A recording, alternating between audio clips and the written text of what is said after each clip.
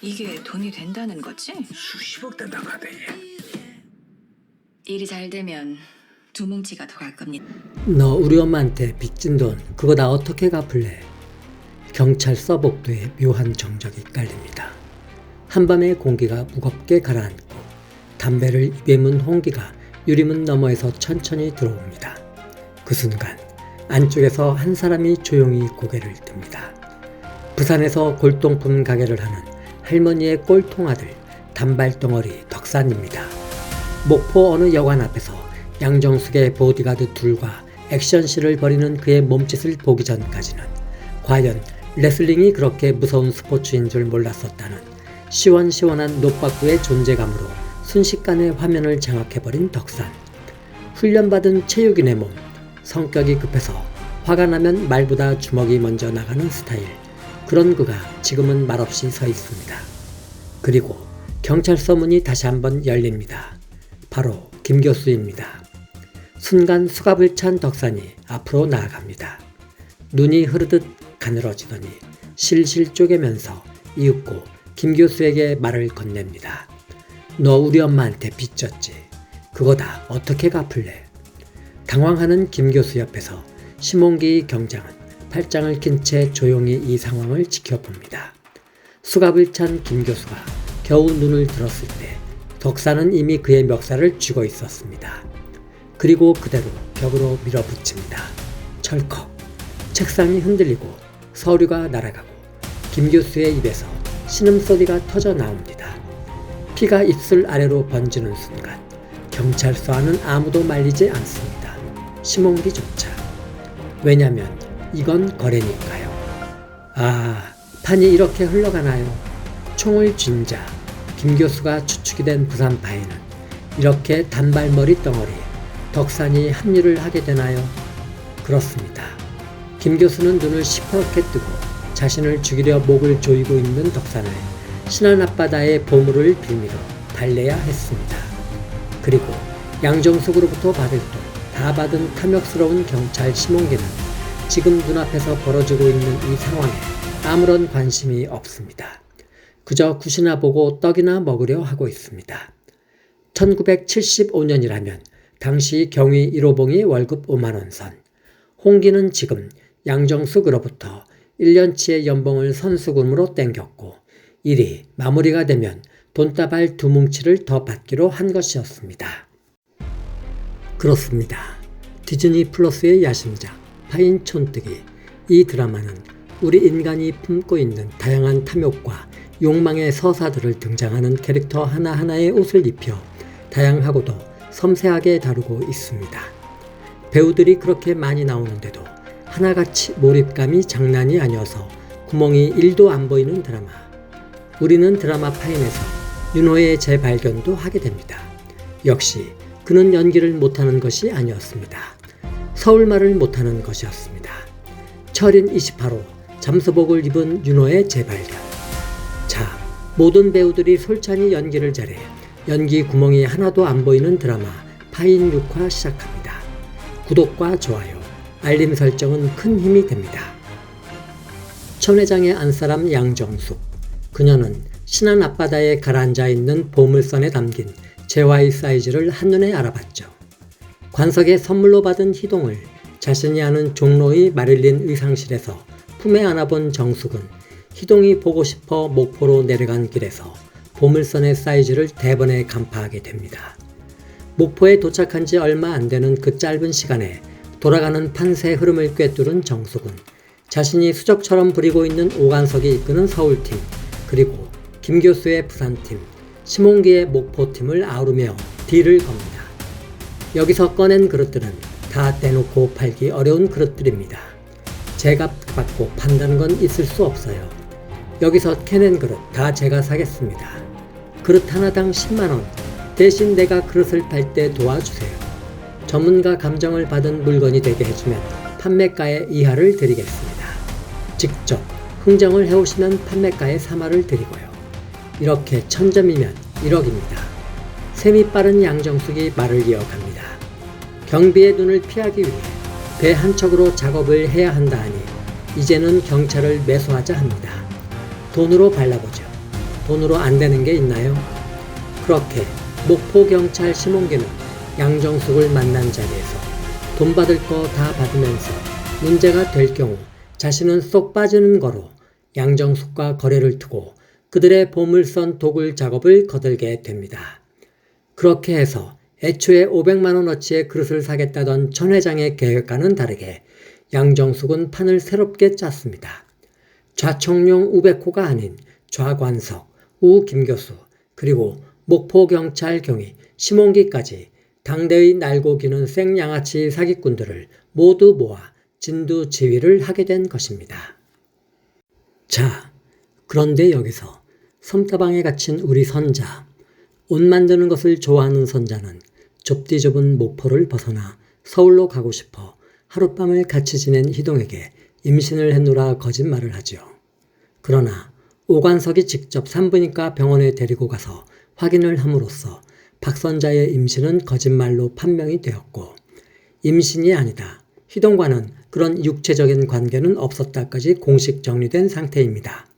그럼에도 불구하고 정숙은 다방에서 선자가 희동에게 하는 그 거짓말을 들었습니다. 즉 진실이 밝혀지기 전 단 몇 시간의 차고 바로 그 틈을 정숙이 이용하느냐가 핵심입니다. 정숙은 임신을 했다는 선자의 그 말이 거짓이든 아니든 상관없었습니다. 그저 희동이 흔들리는 순간을 보고자 했습니다. 정숙은 진실 여부보다 희동의 반응을 보려 한 것입니다. 진짜냐 가짜냐가 아니라 희동이 그녀를 지키고 싶어 했는지 아니면 그녀에게서 고개를 돌리려 하는 것인지의 판단이 필요했던 것입니다. 그것이 희동에 대한 정숙의 판단 기준이었던 것입니다. 박선자의 임신은 결국 거짓이었고 희동과의 관계도 없었습니다. 하지만 정숙은 그 말이 거짓임을 알기 전 희동의 표정을 먼저 봤습니다. 그는 당황했고 말을 흐렸고 도망치듯 나왔고 고개를 돌렸습니다. 그것을 본 정숙은 판단을 내린 것입니다. 아, 이 아이는 죄가 없더라도 죄책감엔 약하구나. 그래서 지금 이 감정선은 정숙이 거짓을 믿었는가가 아니라 정숙은 희동의 약점을 파악한 것인가로 이어져야 합니다. 여기서 약점이란 무엇이냐? 정숙이 희동의 약점을 파악한 것의 중요도는 크게 세 가지로 뽑을 수 있습니다. 정숙은 희동을 도자기로 보고 있다. 즉 물에 잠긴 진흙덩어리가 아니라 자기 손으로 구워낼 수 있는 인간이라는 뜻입니다. 관석은 희동을 통제 대상으로 보지만 정숙은 희동을 조작 가능한 잠재 자산으로 봅니다. 그래서 중요한 것은 정숙이 직접 희동을 움직이기 시작한다는 것. 이것은 곧 관석의 권한을 일부 침범하는 행위입니다. 결과적으로 정숙 대 관석에 미묘한 희동 쟁탈전이 발생합니다. 둘째, 희동이 마음을 준다면 그건 정숙이 아니라 관석이 무너진다는 뜻. 관석은 희동을 조카 이상으로 생각하지만 늘 사고치는 대상으로 눌러왔죠. 그 틈을 정숙이 본 것입니다. 즉, 정숙은 희동을 품으려 하고 관석은 희동을 묶으려 하며 희동은 그 둘 사이에서 자기 뜻을 결정해야 하는 순간이 온다는 것. 이것은 감정과 권력의 분기점이 됩니다. 셋째, 판이 흔들릴 때 움직이는 건 말 잘 듣는 사람이 아니라 마음이 움직인 사람. 덕사는 힘으로 움직이고 관석은 명령으로 움직입니다. 근데 희동은 감정이 흔들려야 움직입니다. 치밀한 정숙은 그걸 파악하고 있습니다. 즉, 희동은 도굴판에서 가장 예측이 안 되기에 동시에 가장 중요한 변수가 되는 것입니다. 정숙은 그 감정의 방아쇠를 손에 넣은 사람입니다. 그게 바로 중요 포인트입니다. 결론적으로 정숙이 희동의 약점을 파악했다는 것은 이제 희동은 관석의 명령이 아니라 정숙의 한마디에 움직일 수 있는 사람이 되었다는 것. 그리고 그것은 관석의 내부 균열이 시작됐다는 뜻입니다. 정숙은 희동을 손에 넣기 위해 선자를 서울로 올려보냅니다. 물론 희동의 의사를 물어보고 나서요. 희동을 통해 선자가 옷가게에서 일을 하고 싶어 한다는 것을 알아낸 정숙은 선자를 곧바로 자신의 아는 동생이 운영하는 종로의 마릴린 의상실로 보내게 됩니다. 물론 그녀를 데리고 있는 목포 다방의 여사장에게도 후한 몸값을 희동 대신 빌려주기로 하고 말이죠. 비로소 희동은 정숙에게 코가 꿰인 것이지요. 그렇다면 정숙은 왜 희동을 손에 넣으려 하는가? 정숙에게 희동은 아직 길들여지지 않은 들깨 같은 존재입니다. 무섭지도 않고 당장 유용하지도 않지만 한번 마음을 주면 가장 무서운 무기가 될 수 있는 존재.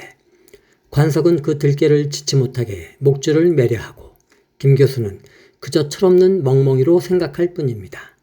하지만 정숙은 다릅니다. 그녀는 먹이를 던져가며 천천히 길들이는 사람이죠. 도굴파는 지금 철저히 거래와 배신으로 돌아갑니다. 하지만 거래는 예측 가능합니다. 예측 불가한 건 오로지 인간의 감정뿐입니다. 정숙이 노리는 건 중심 인물이 아니라 그 중심 인물을 제거할 수 있는 방아쇠. 정숙은 이 판에서 누굴 믿는 게 아니라 누가 누구를 무너뜨릴 수 있는가만 계산합니다. 희동은 감정이 움직이면 돌진합니다. 그게 바로 정숙이 원하는 순간입니다. 정숙은 희동이 무엇을 보거나 듣고 마음이 동했을 때 누구를 배신하게 될지를 보고 싶은 것입니다. 지금은 그냥 순한 감시자 같지만 정숙은 그를 최후의 방아쇠로 키우는 중입니다. 왜냐하면 진심은 모두를 흔들 수 있으니까요. 정숙의 마지막 카드는 보물이 아닙니다. 정숙은 지금도 그릇 하나에 10만 원씩 돈을 뿌리며 사람을 사고 있습니다. 하지만 그녀가 진짜로 노리는 건 돈으로 살 수 없는 것입니다. 그건 바로 죄책감에 흔들리는 인간. 그래서 언젠가는 반격하게 될지도 모르는 변수입니다. 그게 희동이고 정숙은 그 변수를 자신의 쪽으로 당겨놓은 것입니다. 그리고 그 첫 번째 먹이, 그게 바로 박선자였습니다. 정숙은 희동이 선자 이야기를 꺼냈을 때 그의 눈빛을 먼저 보았습니다. 선자 옷 만드는 걸 좋아해요. 서울 가서도 그런 거 배우고 싶어 하더라고요. 말은 무심한 척 흘러나왔지만 그 말 끝에 남은 감정의 파동은 너무 선명했습니다. 정숙은 주저하지 않았습니다. 그래, 그럼 서울로 보내지. 내가 아는 동생이 종로에서 의상실을 하나 해. 마릴린 의상실이라고. 거기 가면 배우면서 일도 할 수 있을 거야. 정숙은 그 자리에서 이미 선자가 서울로 올라갈 경로와 타이밍, 그리고 선자를 잡고 있는 목포 다방 주인의 입막음까지 계산을 끝낸 것입니다. 희동이 선자 때문에 조심스레 내민 마음, 정숙은 그걸 은혜라는 이름으로 되받아줍니다. 희동은 순간 숨이 막혔습니다. 자신은 그냥 말을 꺼냈을 뿐인데 정숙은 너무 빨리 움직였습니다. 그녀는 단 한 번도 그래도 되냐는 식의 동의를 구하지 않았고 희동에게 내가 정말 그렇게 해도 되냐는 부담만 남겼습니다. 희동은 고마워야 하는데 어딘가 모르게 속이 무거웠습니다. 그 순간 선자는 자유를 얻었지만 희동은 정숙에게 빚을 진 사람이 되어버린 것입니다. 그날 이후 희동은 정숙 앞에서 웃을 수도 침묵할 수도 없게 되었습니다. 정리하자면 정숙은 지금까지 누구도 시키지 않았던 행동을 처음으로 희동에게 유도했습니다. 선자를 보내는 건 단순한 배려가 아닙니다. 그건 관석도 김 교수도 하지 못한 방식으로 희동을 움직이는 감정의 문을 여는 첫 시도입니다. 그리고 희동은 그 문 앞에 서서 그 문턱을 넘는 순간 누군가를 지우는 일도 하게 될지 모른다는 예감을 어렴풋이 느끼고 있었는지도 모릅니다. 선자는 정숙에게 희동을 움직일 수 있는 감정의 손잡이였고 선자의 서울행은 그것을 희동에게 은혜처럼 지어준 일종의 예물이었습니다. 그리고 정숙은 그 예물을 건네준 직후 진짜 본심을 꺼냅니다. 그 사람 말이야, 전출이. 그 사람 이젠 필요 없을 것 같아. 희동은 순간 정숙의 얼굴을 바라봅니다. 그 표정은 평소와 다를 바 없었고 말투도 여전히 부드러웠습니다. 하지만 그 속에 담긴 말은 달랐습니다. 정리하라는 말, 누굴 어디로 보내라는 뜻이 아니라 없애라는 뜻으로 들려버리는 그 말. 정숙은 눈을 피하지 않습니다. 그녀는 오히려 희동의 반응을 관찰하고 있습니다. 희동은 입술을 다뭅니다. 말하지 않았지만 이미 알고 있습니다. 그래도 그렇게까지 해야 하나? 그런 질문이 머릿속에서 떠나지 않았습니다. 정숙은 그걸 뚫고 들어옵니다. 희동, 사람이 너무 많으면 소리가 섞여요. 너무 많은 입이 열리면 결국 진심은 묻혀요. 난 그 사람을 오래 두고 싶지 않아요. 너라면 조용하게 해줄 수 있을 것 같아. 그건 단순한 부탁이 아니었습니다. 그건 처음으로 정숙이 누군가를 희동의 손에 넘긴 순간이었고, 희동은 자신이 이제 도굴꾼이 아니라 사람을 치우는 자리에 올라왔다는 것을 말없이 체감하고 있었습니다. 이건 권력이었습니다. 정숙은 처음으로 희동에게 판의 일부를 할당한 것입니다. 하지만 그 무게는 희동의 표정 속에서 미처 감당할 수 없는 침묵이 되어 돌아옵니다. 그리고 그 장면을 멀리서 누군가 보고 있었습니다. 오관석. 관석은 아무 말도 하지 않았습니다. 그저 희동이 이제 자기 말이 아니라 정숙의 눈을 먼저 보고 있다는 사실만으로도 가슴 한쪽이 무겁게 내려앉았을 뿐입니다. 희동은 이 부탁을 받아들일까요? 혹은 이 부탁 앞에서 무너질까요? 정숙은 기다리지 않습니다. 그녀는 움직이는 사람이고 이미 다음 카드를 손에 쥔 사람입니다. 전추리는 그 카드에서 제외됐고 이제 판의 조율자는 정숙 단 한 명입니다. 그리고 희동이 그 판에 올라설 준비가 되었는지는 다음 화에서 바로 드러날 것입니다. 도자기를 캐는 이야기로 시작된 이 드라마는 이제 사람을 고르고 버리는 지경에 이르렀습니다. 정숙은 감정을 보고 사람을 고르며 감정을 흔들어 사람을 움직입니다. 희동은 그 감정에 처음으로 빚을 졌고 이제는 그 빚으로 누군가를 지워야 하는 사람이 되었습니다. 그리고 그걸 바라보는 관석은 말없이 자신의 세계가 조용히 무너지고 있다는 것을 느낄 것입니다. 사람을 움직이는 방법은 두 가지입니다. 명령으로 묶거나 감정으로 잡거나. 그리고 이제 희동은 감정으로 움직이는 가장 위험한 칼이 되었습니다. 정숙은 그 칼을 손에 넣었고 그 칼이 언제 어디로 향할지는 아직 아무도 모릅니다. 파인, 이 드라마의 진짜 보물은 그릇이 아니라 사람 안에 숨겨진 욕망과 약점을 어떻게 캐내느냐에 달려 있습니다. 다음 화, 그 칼날은 누구의 숨통을 겨누게 될까요? 좋아요와 구독, 알림 설정은 이 복잡한 도굴판을 함께 탐사하는 당신의 작은 삽 한 자루입니다.